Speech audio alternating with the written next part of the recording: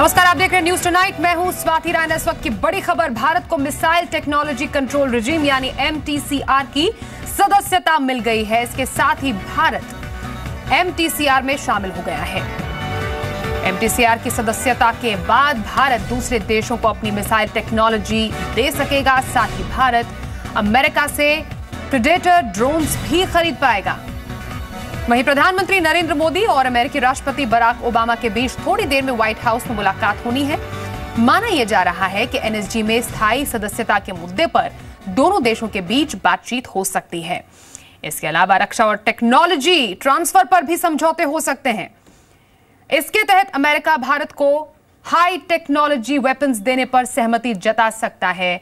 दोनों देशों के बीच जॉइंट मिलिट्री एक्सरसाइज को लेकर भी समझौता हो सकता है, जबकि कम्युनिकेशन और डेटा ट्रांसफर को लेकर भी बातचीत हो सकती है। तो अमेरिका की यात्रा की शुरुआत में ही एक बहुत ही बड़ी खबर, एक बड़ी कामयाबी भारत के लिए सामने आई है। भारत को मिसाइल टेक्नोलॉजी कंट्रोल रिजीम यानी MTCR की सदस्यता मिल गई है। वॉशिंगटन से जी मीडिया संवाददाता अमित प्रकाश हमारे साथ मौजूद है। अमित, कितनी अहम होगी मोदी ओबामा की मुलाकात जो थोड़ी देर में शुरू होने जा रही है? कई अहम समझौतों पर दस्तखत हो सकते हैं।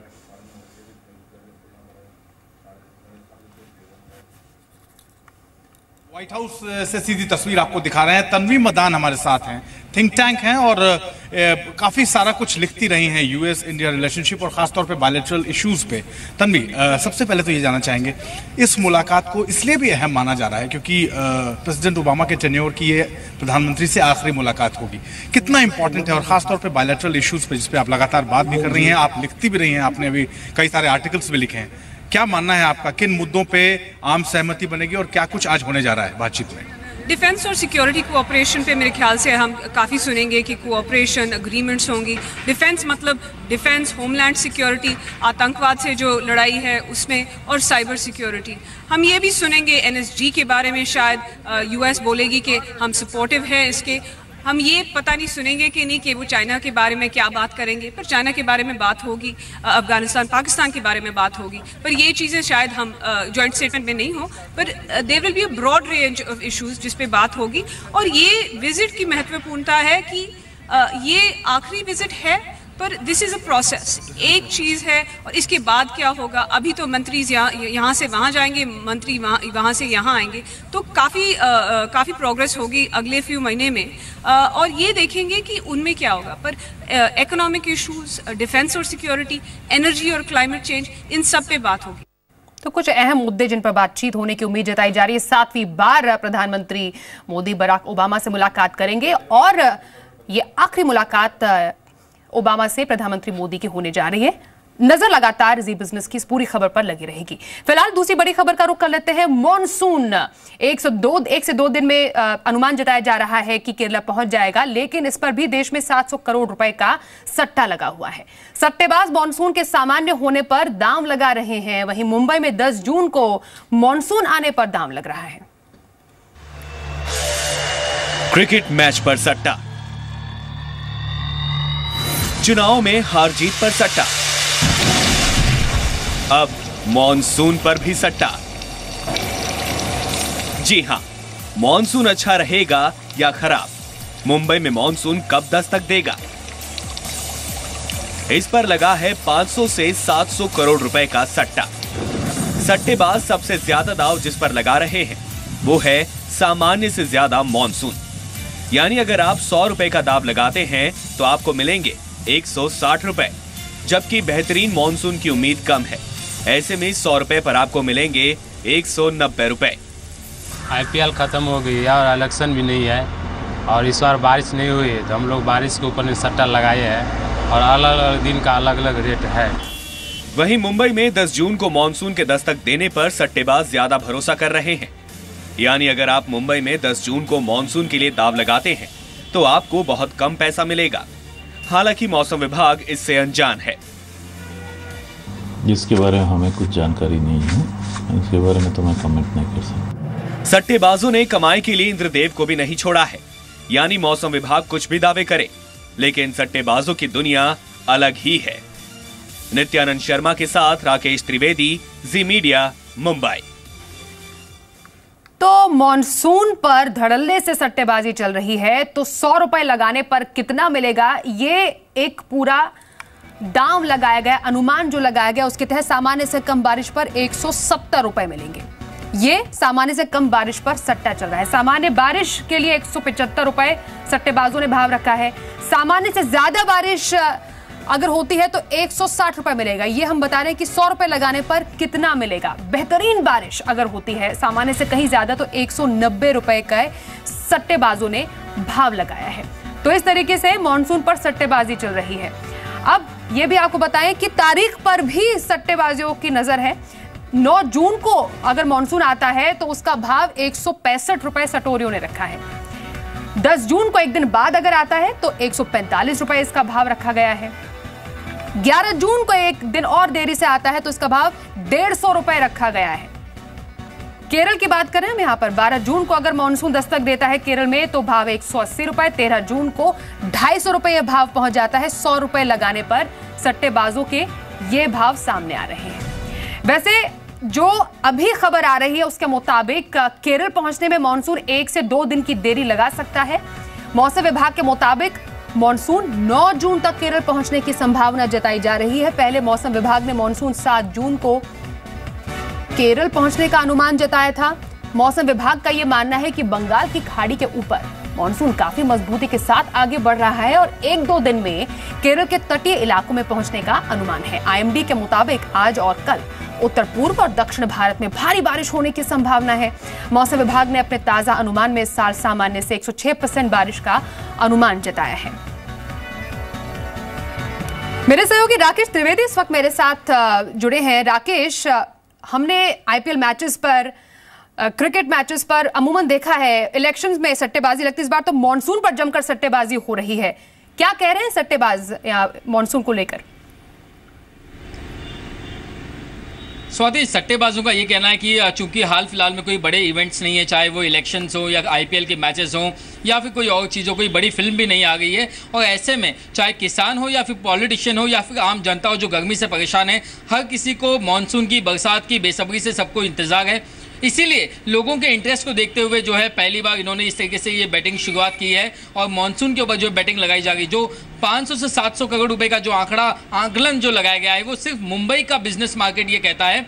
और भले ही मौसम विभाग ये कहता हो कि 9 जून को केरला में जो है एंट्री करेगा मानसून, लेकिन अभी भी जो बैटिंग मार्केट है वो ये बिलीव करता है कि मुंबई में जो मानसून है वो 10 जून या 11 जून को पहुंच सकता है। इसीलिए जो रेट्स हैं वो सबसे कम रखेगा इन 2 डेट्स के लिए। मैं अपने दर्शकों के लिए बता दूं कि बैटिंग मार्केट में जिस दिन का या जितनी चीज़ों का जो है रेट सबसे कम होता है उसकी संभावना सबसे ज़्यादा होती है। यानी कि जब 145 रुपये या 150 रुपये का भाव रखा है बाकी डेट्स के मुकाबले सट्टेबाजों ने, तो इसका मतलब यह आंका जाता है कि बुकीज जो है वो ये प्रेडिक्ट करते हैं कि सबसे प्रबल संभावना जो है इसी डेट के लिए है। सबसे बड़ी दिलचस्प बात आखिर में यह है कि ये जो बैटिंग है ये इसमें फिक्सिंग नहीं हो सकती और इसीलिए ज्यादा से ज्यादा लोग इसमें इंटरेस्ट दिखा गए, पंटर्स जो हैं वो ज्यादा पैसे इसमें लगा गए। मॉनसून पर सट्टेबाजी ऐसा पहला मामला सामने आया और मुंबई से मेरे सहयोगी राकेश त्रिवेदी इस पर पूरी जानकारी देते हुए, एक तो इंडियन मीटरोलॉजिकल डिपार्टमेंट है वो कहता है कि अनुमान से बारिश ज्यादा होगी। इनका कहना है सट्टेबाजों की बेहतरीन बारिश कम होने की आशंका इन्होंने जताई है। चलिए आज की दूसरी बड़ी खबर का रुख कर लेते हैं। आरबीआई गवर्नर रघुराम राजन ने क्रेडिट पॉलिसी की समीक्षा में ब्याज दरों में कोई बदलाव नहीं किया। फिर से महंगाई के खतरे को भांपते हुए आरबीआई ने कर्ज सस्ता करना मुनासिब नहीं समझा। हालांकि आरबीआई ने संकेत जरूर दिया है कि अगर मॉनसून अच्छा रहा और खाने पीने के सामान के दाम नहीं बढ़े तो आगे ब्याज दरों में कमी की गुंजाइश हो सकती है।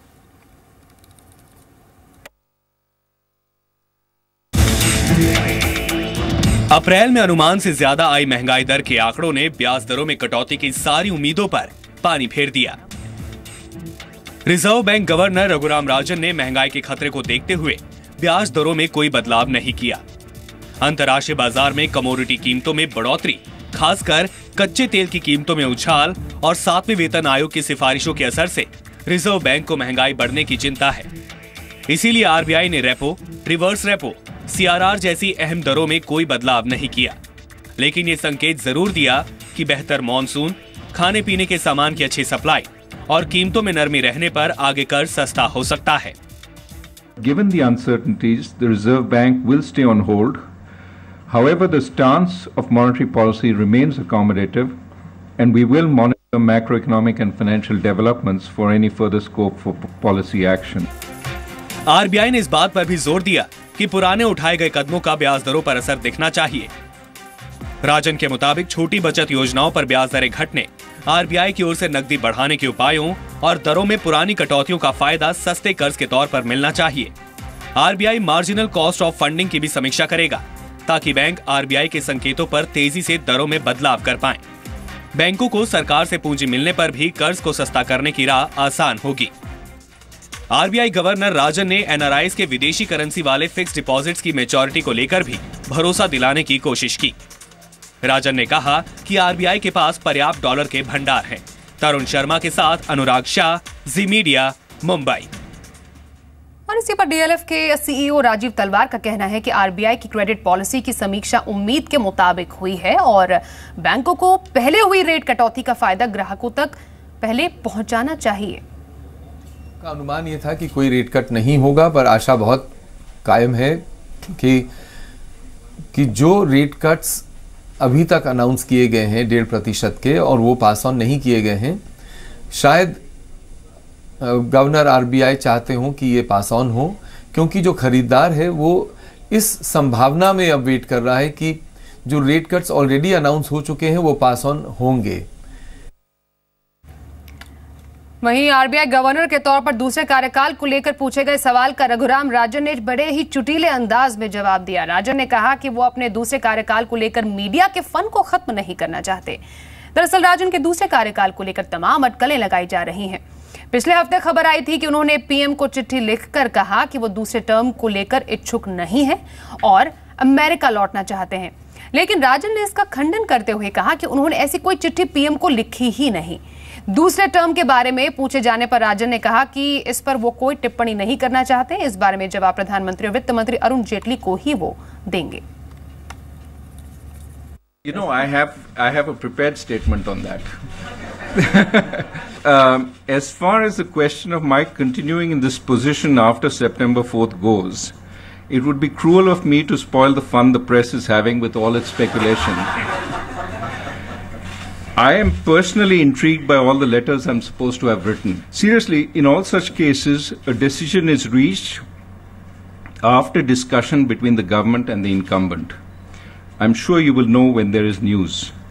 I cannot do better than point you to the statements of the finance minister and the prime minister on this. That's all I have to say. Loan देने के मामले में प्राइवेट बैंकों ने सरकारी बैंकों को पीछे छोड़ दिया है। 2015-2016 के दौरान प्राइवेट बैंकों ने 3.54 लाख करोड़ रुपए के लोन बांटे, जबकि इसी दौरान सरकारी बैंकों ने सिर्फ 1.99 लाख करोड़ रुपए के लोन बांटे। ऐसा पहली बार हुआ है जब लोन देने के मामले में प्राइवेट बैंकों ने सरकारी बैंकों को पीछे छोड़ा है। खास बात यह है कि 6 सरकारी बैंकों का क्रेडिट ग्रोथ रेट यानी लोन बांटने की दर नेगेटिव रही है। सिर्फ एसबीआई और पीएनबी की ही डबल डिजिट में क्रेडिट ग्रोथ रही है। साथ ही ये भी बताएं कि पिछले साल के मुकाबले मार्च 2016 में सरकारी बैंकों का ग्रॉस एनपीए 78% बढ़कर 4.76 लाख करोड़ रुपए हो गया है। मार्केट की बात करते हैं। आरबीआई की क्रेडिट पॉलिसी के बाद बाजार में तेजी देखने को मिली। वहीं इसके बाद फिच के अधिकारी के वित्त मंत्रालय के अधिकारियों से मिलने के बाद बाजार ने और तेजी पकड़ ली और 26 अक्टूबर 2015 के बाद निफ्टी 8,250 के स्तर के पार बंद होने में कामयाब रहा। कारोबार खत्म होने पर सेंसेक्स 232 अंक, निफ्टी 65 अंकों की बढ़त के साथ बंद हुए। Banking, realty, consumer durable, metal, capital good शेयरों में सबसे ज्यादा खरीदारी दिखी। बढ़ते अब आगे, टेलीकॉम कमीशन ने रिलायंस जियो के लिए स्पेक्ट्रम यूसेज चार्ज को 2.88% तय कर दिया है। साथ ही टेलीकॉम कमीशन ने अगली स्पेक्ट्रम नीलामी के लिए स्पेक्ट्रम यूसेज चार्ज की दर 3% तय कर दी है। नए नियमों के मुताबिक एयरटेल को 3.74% स्पेक्ट्रम यूसेज चार्ज चुकाना होगा। अगले एक हफ्ते में स्पेक्ट्रम नीलामी पर कैबिनेट नोट जारी होगा। सभी स्पेक्ट्रम बैंड की नीलामी एक साथ होगी। टेलीकॉम कमीशन के इस फैसले से टेलीकॉम कंपनियों को बड़ी राहत मिली है। आशंका ये जताई जा रही थी कि telecom commission spectrum usage charge को 4.5% कर सकता है।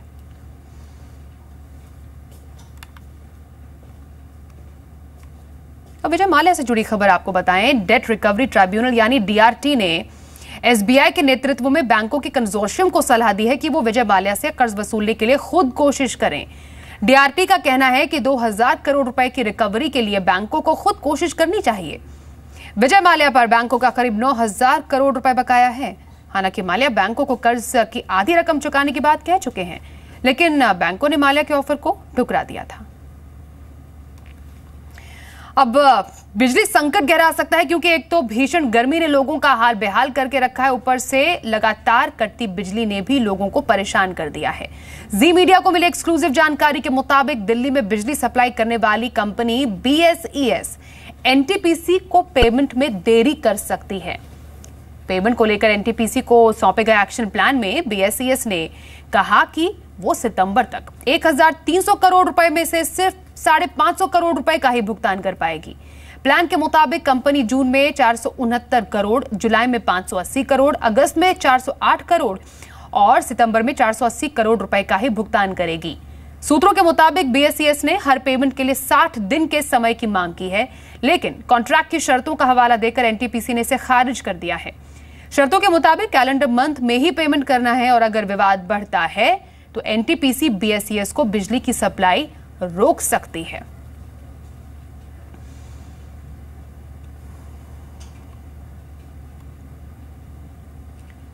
अब यह खबर आपके लिए बेहद जरूरी है, क्योंकि देश के लोगों की उम्र 3 साल तक कम होने जा रही है। खुद देश की राजधानी में जिंदगी 6 साल तक होने जा रही है, कम होने जा रही है। प्रदूषण से असमय होने वाली मौतों की तादाद लगातार बढ़ रही है। दरअसल IITM पुणे की रिपोर्ट में खुलासा हुआ है कि प्रदूषण देश के लोगों की जिंदगी पर जंग की तरह लगा है, जो दिनों दिन खोखला करते जा रहा है उम्र को। अब तक प्रदूषण के जितने भी आंकड़े आए, बहुत बीमार हो जाने के एहसास के साथ आए। लेकिन अब की बार पुणे के Indian institute of tropical metrology यानी IITM ने जो खुलासा किया है वो डराने वाला है। इस रिपोर्ट के मुताबिक देश में अब प्रदूषण से दम घुटता है।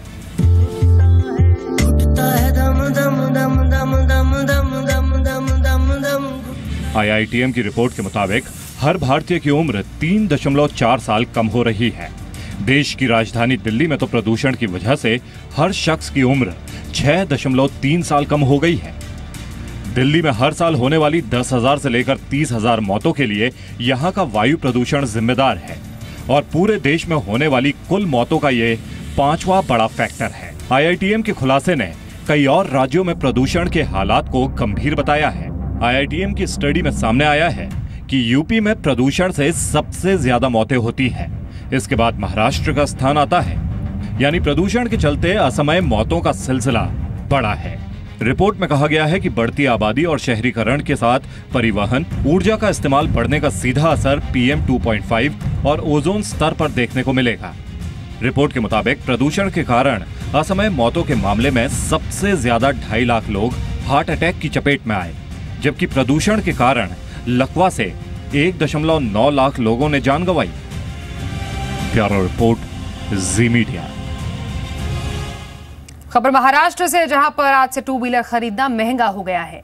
राज्य सरकार ने basic motor vehicle road tax में बढ़ोतरी कर दी है। पहले सभी तरह की निजी बाइक और 2 व्हीलर पर 7% रोड टैक्स लगता था, लेकिन अब अलग अलग इंजन की क्षमता के हिसाब से रोड टैक्स लगेगा। जैसे 99 सीसी तक इंजन क्षमता पर 8% रोड टैक्स लगाया गया है। 100 से 299 सीसी की बाइक्स पर 9% और 300 सीसी से ऊपर बाइक्स पर 10% रोड टैक्स भरना होगा। नए नियमों के बाद कीमतों पर कुछ इस तरह असर पड़ेगा, जैसे 150 सीसी वाली बाइक्स पर अतिरिक्त 2,000 से 4,000 रुपए खर्च आएगा, जबकि 200 सीसी वाली बाइक्स पर 2,000 से 3,000 रुपए ज्यादा देने होंगे। वहीं इंपोर्टेड बाइक्स के लिए रोड टैक्स करीब 3 गुना बढ़ गया है, क्योंकि अब रजिस्ट्रेशन के वक्त 20% रोड टैक्स लगेगा। अब तक सभी कैटेगरी के लिए 7% रोड टैक्स लागू था। निसान ने छोटी कारों के सेगमेंट में कंपटीशन बढ़ा दिया है। कंपनी ने आज भारत में अपनी छोटी कार डैटसन रेडी गो लॉन्च कर दी है। इस कार की शुरुआती कीमत 2,38,000 रुपए है। इस कार को 5 variants A, D, T, TO और S में उतारा गया है। रेडिगो को ड्राइवर साइड एयरबैग के साथ उतारा गया है। इस कार को क्विड के प्लेटफॉर्म पर बनाया गया है। रेडिगो में 799 CC iSat 3 cylinder petrol engine दिया गया है जो 53 bhp की पावर देता है। इसमें 5 स्पीड मैनुअल गियर बॉक्स दिया गया है। इस गाड़ी का ग्राउंड क्लियरेंस 185 mm का है। कंपनी का दावा है कि यह कार 1 लीटर पेट्रोल में 25.17 किलोमीटर का माइलेज देती है। और इस सेगमेंट में मुकाबला रेडिगो का किस किस से है? Maruti Suzuki Alto 800, Renault Kwid और Hyundai Eon से।